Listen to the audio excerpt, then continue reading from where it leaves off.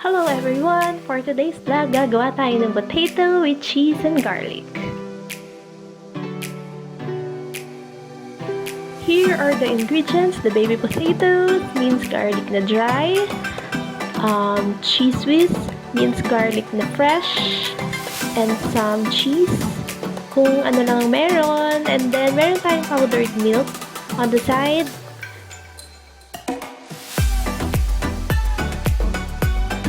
This one is optional since may bacon ng housemate ko, pinahiram niya tayo today.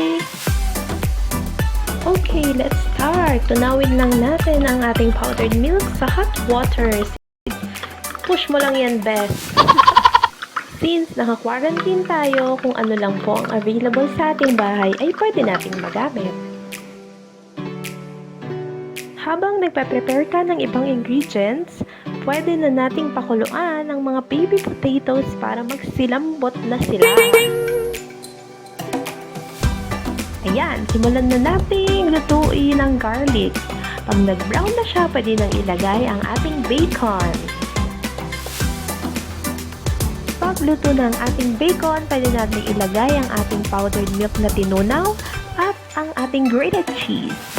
Sundan na rin natin ng cheese whiz. Ayan, pakuluan lang natin at huwag kalimutang i-mix para hindi masunog. At kapag tunaw na lahat, ay pwede na nating isali ang mga baby potatoes. At i-mix din natin syempre para ma-absorb niya yung mga cheese at iba pa nating nilagay. Pakuluan lang natin ng very light. Ayan, ang ganda na ng kulay. At sa ating final step, pwede na nating ilagay ang minced garlic na dry for toppings. There! Tapos na!